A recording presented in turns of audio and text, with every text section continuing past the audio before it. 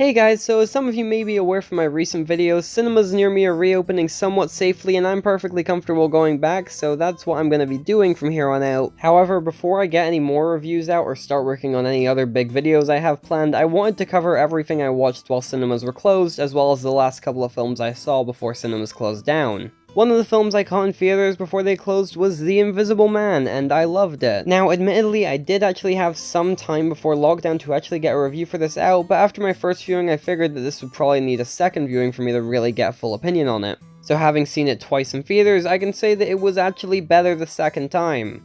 The acting in this movie was phenomenal across the board, and Elizabeth Moss delivered one of the year's best performances. Hey ho, maybe the lack of films to actually nominate this year will mean that a great horror performance will actually get fucking nominated for an award. I mean, yeah, she's not as great as Toni Collette was in Hereditary, and I'm not quite sure if I prefer her here to Florence Pugh in Midsommar, but this is still very deserving. The film was really well shot, and it managed to use framing to amp up the tension very effectively. It's a very well written and genuinely tense film throughout. Most of the scares are really effective, and there's some scenes that are genuinely shocking to watch. This movie may have the best sound design of the year, I'm not 100% sure, but I think it's definitely up there. The CGI looked fucking fantastic. The characters were well developed, interesting, layered, likable, they're just well written characters. None of the dialogue ever felt forced or unnatural. I do have a few complaints about this movie, but they're all very, very minor. The lack of security cameras in literally any location ever kinda got distracting after a while. And there is one minor conflict which could have been better presented, but all in all, I really loved this movie. Check it out if you haven't already, it is absolutely worth your time. And I'm giving The Invisible Man a 9 out of 10. Next I saw Fantasy Island, and I'm currently reviewing that shit, so go watch those videos. There's some other shit I'm gonna be working on that might take a bit of time, so I do not know when part 3 of this series is going to be out. Just be patient, I haven't forgotten about it, don't worry. Okay, now we're getting into the things I watched from home, and the first thing I watched was Three Identical Strangers, and it was fascinating. This is a documentary about three triplets who are separated at birth and they get reunited, and I really cannot say any more without going into spoilers, because the way this documentary unfolds is pretty surprising and shocking. The main strength of Three Identical Strangers is its content, and oh my god, this is a very interesting story to base yourself around. The way this documentary utilizes tone, pacing, and structure to emphasize the severity and weight of what happens is genuinely phenomenal. Everything that's shown in this is absolutely necessary, and it's captivating from start to finish. It's by no means a perfect documentary, and if there was one thing I would definitely change, it would be the musical score. Considering everything that happens in this documentary, it didn't need to be so over-present and emotionally manipulative at points. It's always a pet peeve of mine when you have great content, but you don't have enough faith in it to just leave it be. Still, it doesn't exactly kill the documentary, and it didn't suck me out too much. Overall, I definitely recommend this. Check it out if you haven't already. It is absolutely a must-watch. And I'm giving Three Identical Strangers an 8 out of 10. Next, I watched Love, Wedding, Repeat, and it was pretty awful. To be completely honest with you, I have no idea why I even bothered watching this movie. I was just kind of bored on Netflix one day and decided to give this a try, and I really regret that. The acting was decent, I guess. The costume design was fairly well done. It wasn't anything special, but you know what, it could have been worse. And the main compliment I can give this movie is that it's not as bad as the other Netflix original Wedding multiple versions of the same day movie. Yeah, this isn't original at all. The framing and cinematography in this movie was bland half the film and annoying the other half. The editing was poorly done, the music did not work for the film at all. Nothing in this movie ever felt genuine, the set just kind of felt like a rent out for a weekend. None of the characters are remotely interesting or likable, the dialogue always feels forced, the plot is a fucking mess. The pacing is a slog to get through, and the humor in this movie is just awful. This movie's biggest crime, however, is just being fucking boring. I suppose that maybe this movie could make for good background noise because there's no way in hell you're focusing on it. But all in all, while this was definitely not the worst movie I watched over lockdown, it was definitely the most boring and I could not recommend it whatsoever. Don't check it out, it's really fucking bad. And I'm giving Love, Wedding, Repeat a 2 out of 10. Next I saw Onward, the latest Disney Pixar movie, and I did not like it. Probably this movie's biggest failure is its script. The characters are underdeveloped and uninteresting, the conflicts are boring, it utilizes a lot of structural cliches but does absolutely nothing interesting with them. The way the movie ends is very anticlimactic and unsatisfying, and that's coming from someone who wasn't even remotely invested in the conflict from the get-go. This movie also does a bit too much talking at the audience. Way too much of this movie is just exposition, and it's not delivered in any way that feels feels natural or well done. Scenes that don't fit are very clearly forced in with the full intent of just giving us information. I understand that this is a movie with a younger target demographic, but that's not an excuse for lazy writing. The humor in this movie really didn't do much for me at all. There were a couple funny exchanges, mainly with the Manticore and the mother, but bar that, there wasn't much here. The musical score really didn't do much for the film in my opinion, and I didn't care for it. In terms of designs and concept, there were some cool things here, but it mostly just felt like untapped potential. This film taking the magic has been lost due to technology route was really the worst thing it could have done for itself. There are so many things you could do with this concept, and they did the least interesting one. I didn't enjoy the acting in this movie at all, with the exceptions of Julia Louis-Dreyfus and Octavia Spencer. Lena Waithe was fine too, but she really didn't do much for the film at all. Chris Pratt, despite basically being typecast here, did not fit his role at all, and I just don't like Tom Holland as a voice actor, to be honest. I mean, yeah, he's far better in this than he was in Dolittle or Spies in Disguise, but I still don't think he's good here, and I don't think that this is exactly his niche. Tom Holland is a very talented actor, but can he maybe try and give voice acting a rest for a while? The animation was great. I mean, yeah, it's Pixar, what were you expecting? Bar that, visually, I did not get much out of this movie at all, but hey ho, I wasn't expecting much. All in all, this film wasn't terrible by any means, but it was pretty bad, and it's definitely one of the worst Pixar films I've seen. It's not as bad as something like The Good Dinosaur or Cars 2, but I still wouldn't recommend it at all. And I'm giving Onward a 3 out of 10. Next I saw The Hunt, and I liked it. This is a very entertaining action movie spearheaded by a great performance from Betty Gilpin. The acting's pretty good across the board, but she absolutely steals the show. Although I won't get it twisted, Emma Roberts fans are really gonna love her performance in this movie. Structurally, this movie is very good. I absolutely loved the first act of the movie, and the final act's a lot of fun too. The second act was a little slow at points, and it definitely had the worst moments of the movie, but I wouldn't call it bad, it was just a major step down. The movie was well shot for the most part, there wasn't really anything special, but I did really like the cinematography in the final action sequence. On the whole though, the movie does look pretty good. The action and death scenes were very well done, and a lot of them were actually kind of unpredictable, to be honest. Some of the characters are very obviously goners from the get-go, but you can never tell when, where, or how. The humor was kinda hit or miss. There's some really funny jokes in this movie, but it makes fun of both political sides, and for some reason they figured that every time they took a shot at one, they just had to take another one at the other. This leads to some very forced, unfunny jokes that take up way too much time, but only really exist to even the playing field. And what makes it infuriating is that if you removed all of the unnecessary bad jokes in the film, it probably would still be even. On the whole though, I did like this movie. It's nothing phenomenal, but it is pretty good. Check it out if you haven't already, and if you haven't, then don't watch the trailers, because I actually had to cut a fair bit out of these to avoid major spoilers. And I'm giving The Hunt a 7 out of 10. Next, I saw Swiped, and it was fucking awful. What did you expect? By the way, I'm not showing any footage because I'm not getting this unfairly taken down by the director who does not understand fair use law. This is a terribly written movie with awful acting across the board. I have to presume the entire budget went to the name actors in this movie because there is no production value to be found anywhere. None of the characters are likable, everything in the film looks atrocious, the music choices are bad, the dialogue is stilted and poorly written, the whole film just has an unprofessional glaze to it. This is a shit-ass movie, but you've probably heard a billion YouTubers talk about it already, so I'm gonna just stop this here because there really isn't anything to say that hasn't been said a billion times. This film's just that fucking bad. I was kinda hoping to get some ironic enjoyment out of this movie, but I couldn't even get that from this. Don't check it out, it's a fucking disaster. And I'm giving Swiped a 0 out of 10. Next I saw The Borderlands, and it was pretty awful.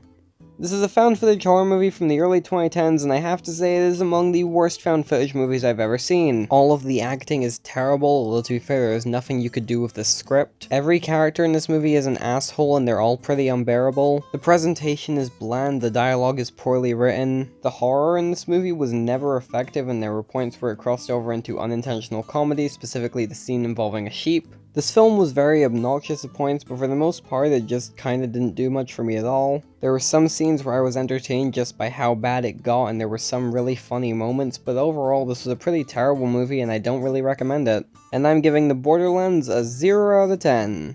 Next I saw some movies at the We Are One Virtual Film Festival, but I already reviewed those, so go check out my video on that. Next I saw The Blind Side, and it was fine, I guess. This is a movie that I don't think nearly as many people would like if Sandra Bullock wasn't so fucking good in it. The acting in this movie is good on the whole, but Jesus Christ does she run away with this movie. There's some really well written scenes in this movie, and the overpriced salad scene is just as good as you've heard it is. The characters are likable enough, I didn't find any of them that annoying. Outside of Sandra Bullock's performance, this movie doesn't really do anything amazing, but it doesn't do anything terribly either, it's just okay. The cinematography was fine, the editing was fine, the music was fine, presentation-wise this is perfectly okay. The pacing in this movie got a bit too slow at some points, and there's definitely some uninteresting moments, but I don't know whether or not that's to blame on the pacing or the script. Yes, there are some very well-written scenes in this movie, but there's also a bunch of scenes in this movie that are just kinda dull. On the whole, this movie is just average and unspecial outside of Sandra Bullock's performance. It's very obvious Oscar bait, and the white savior narrative in it is very distracting, especially considering today's political climate. But for what the movie is, I can't really recommend it or recommend against it. It's just fine, watch it if you want. And I'm giving The Blind Side a 5 out of 10.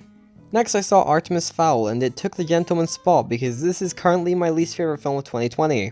This movie is a fucking embarrassment on every single level. All of the acting is genuinely atrocious, although to be fair, it doesn't feel like anyone in this movie was actually auditioned. People are memeing on Judi Dench for being in this movie back to back with Cats, but what they don't seem to remember is that Kenneth Branagh's last movie featured Judi Dench, and she's likely just doing him a favor. The same goes for Josh Gad. Why don't we meme on Colin Farrell? This is his second 0 of 10 in 2020 alone. The child acting in this movie was worse than most child acting. I feel really bad for the lead child actor in this movie because not only is this his first big movie, but it's his first movie ever. This is his first role on anything. This is his first IMDb credit. This kid's career was destroyed before it could even start because of this awful movie. I mean, yeah, they are the worst actor in the whole film, but at the same time, for someone with so little experience, I'm genuinely confused as to why you'd put them so up front like this. I almost feel bad calling this the worst performance of 2020.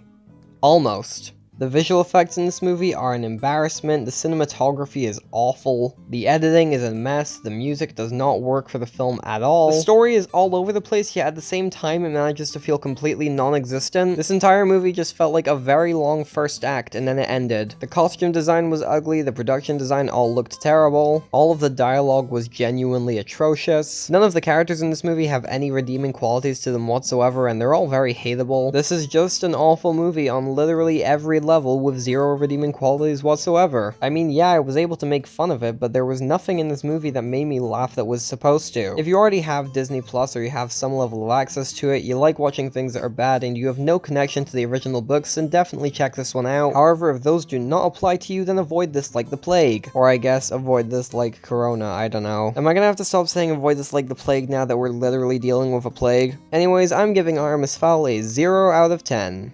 Next I saw Work It, and I liked it fine enough. This isn't a movie that I could call impressive in any way, but most of the things it tries to do, it does pretty well. The acting is good across the board, the highlights being Sabrina Carpenter and Liza Koshy, which was weird because it took a couple of scenes for me to actually get used to them being in the film. And that's nothing against them or anything, they're both good in those scenes. And this isn't even the first film I've seen either of them in, but it was the first time I'd seen either of them very upfront in a movie. And frankly, I'm more used to seeing Sabrina Carpenter in music and Liza Koshy on YouTube, so it was a little jarring at first, but I did get over that and they did do a pretty good job. The film wasn't amazingly shot or anything, for most of the film it's just fine, but I did actually like the cinematography and the dance sequences a lot. There are scenes where the camera movements are trying to replicate the style of online dance videos, and they do a pretty great job. The camera movements often added a lot more energy to the scene, and I'm glad that it wasn't so boringly shot for those sequences. I mean, yeah, don't go into this expecting climax or anything, but for what it's worth, I think they did a pretty good job. I really liked the way the film was edited, and a lot of the movie's best jokes actively utilized the editing to enhance the humor. The dance choreography itself was very well done. The music choices in the film felt appropriate, and the songs used in the dance sequences managed to actually complement the scenes. On the whole, in terms of presentation, this is better than this kind of Netflix movie usually is. I was kind of expecting it to just be kind of passable in this department, but they did a pretty good job with it. What could have used some work, however, was the script for this movie. Only like 3 of the characters in the entire movie have any development whatsoever, and that is not good when your film is largely based around a dance group. The structure of the movie was kinda bad, some of the conflicts were very obvious and felt very forced. The plot's pretty by the numbers and unspecial. A lot of the humor in this movie just doesn't really land. Credit where it's due to the writers though, the relationship between the main character and her love interest was actually surprisingly well written. It helps that Jordan Fisher and Sabrina Carpenter have fantastic chemistry, and the choreography in their dance scenes was amazing, but oh my god, were they better written than I was expecting them to be. When the movie's humor does land, it's hilarious, and while it is by the numbers, I wouldn't really call the story bad.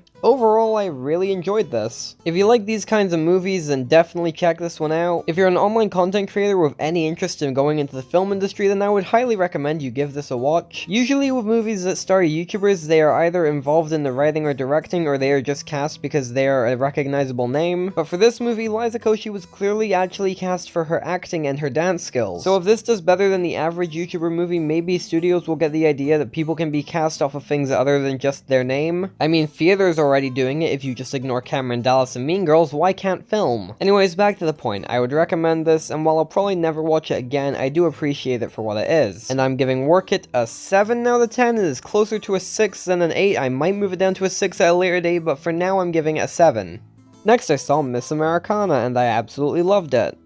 This is a really interesting look into the life of Taylor Swift. It explores the ups and downs over her entire career, the troubles she's faced in terms of both her scandals and her personal life. Every scene included, it feels absolutely necessary to what's going on, it never wastes any time. The way that this documentary utilizes editing is probably the best editing I've seen in any 2020 movie. It covers things we already knew, but manages to deliver new information and context and insights. I still think songs like Look What You Made Me Do and Me are terrible, but I have a lot more respect for them now. Speaking of the music itself, you don't need to be a fan of Taylor Swift or have heard every Taylor Swift song to enjoy this documentary. It's just a phenomenally made look into one of the biggest musicians in the world's life. The song that was released alongside with the film, Only the Young, is fantastic. Quite frankly though, the main draw to this movie is the content itself. My only real issue with this documentary was that there was one scene that I felt could have been presented a little bit better, but on the whole, this is one of 2020's best movies and it is an absolute must-watch, especially if you have any interest in the music industry or just media in general, which if you're watching this channel, you probably do, so go check this out, it's worth your time, it's a must-watch. And I'm giving Miss Americana a 10 out of 10.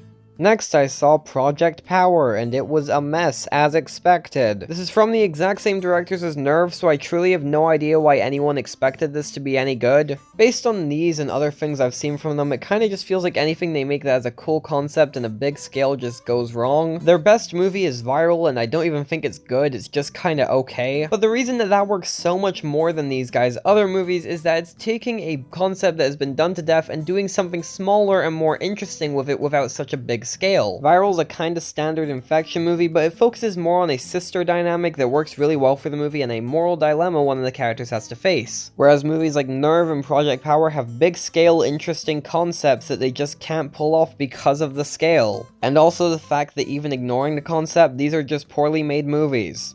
Joseph Gordon-Levitt and Dominique Fishback are both pretty good in this movie. I enjoyed Dominique Fishback's character in the film. Some of the powers in this movie are conceptually pretty cool, and I really liked the way that they introduced Joseph Gordon-Levitt's character's power. But outside of those things, there's really nothing of value in this movie at all. Jamie Foxx is a great actor, but Jesus Christ is he ever particularly terrible in this. I get what he was going for, but he hammed it up a bit too far, and I struggled to take his character remotely seriously. He was pretty much the only consistent source of humor to me in this movie, because the actual humor in this movie just sucked. Visually, this movie's kind of an eyesore. There's not a single convincing visual effect in the entire movie, and the character who can turn invisible looked particularly bad. The cinematography was fucking awful, especially in the action scenes where you really couldn't tell what was happening at any point ever. The scene involving the woman who gets ice powers was particularly annoying. The editing was bad, the color palette didn't work for the film at all and just made it look even worse most of the time. A lot of the shots focused way too hard on trying to be really cool, and all of them were just really lame instead. From purely a visual standpoint, I hated this fucking movie, so of course the script being genuinely awful did not help matters. The story is painfully by the numbers, all of the dialogue feels horribly forced, nothing makes any fucking sense whatsoever. There's a huge lack in consistency throughout the script, the characters were mostly annoying, everything felt very convenient and underdeveloped. I'm genuinely concerned that the screenwriter for this movie is one of two writers on the upcoming Batman movie with Robert Pattinson.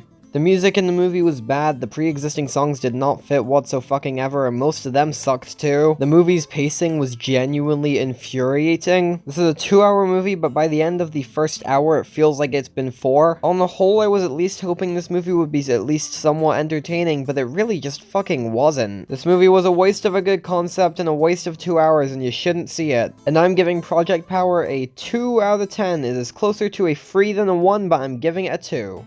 And the final movie I saw before I returned to cinemas was Phineas and Ferb, the movie Candace Against the Universe, and I liked it. Now, I haven't seen the show or the TV movies in a long time, but I did really enjoy them as a kid. As it stands though, even ignoring the TV show itself, this is a pretty good movie. The voice acting was good for the most part. There were a couple line reads that could have used some retakes, but overall it was pretty good. The film was well animated. There were some scenes that did not look the best, but overall the film did look good. The humor mostly worked. There were some bad jokes in it, but I did enjoy it for the most part, especially the scene with the Accinator. The music was mostly good. There's nothing here I'll really listen to outside of this movie, but I enjoyed it for the most part, although there were definitely some exceptions, mostly the adulting song. The plot of the movie worked for what it was going for, although there were definitely some aspects that could have been better built up to. I enjoyed the villain of this movie, even though the twist was very obvious. I liked the build up to it. The characters are well written, I mean that's kind of obvious though. Some of the running gags were really obnoxious and didn't quite work for the effect they were going for. The space adventure jokes were already not that funny, but they just kept doing them and they did not get any funnier. The pauses at the end of jokes where they let it linger for too long were also a bit overpresent. Personally, I didn't really like how they used Perry the Platypus within this movie. They do incorporate him into the plot, but the way he was thrown into the movie, it just kind of felt like he was there to solve problems for the script. When you have the characters that you have based on the show that you have, it does not feel like you should be solving as many conflicts as you do if Perry the Platypus just does everything in secret.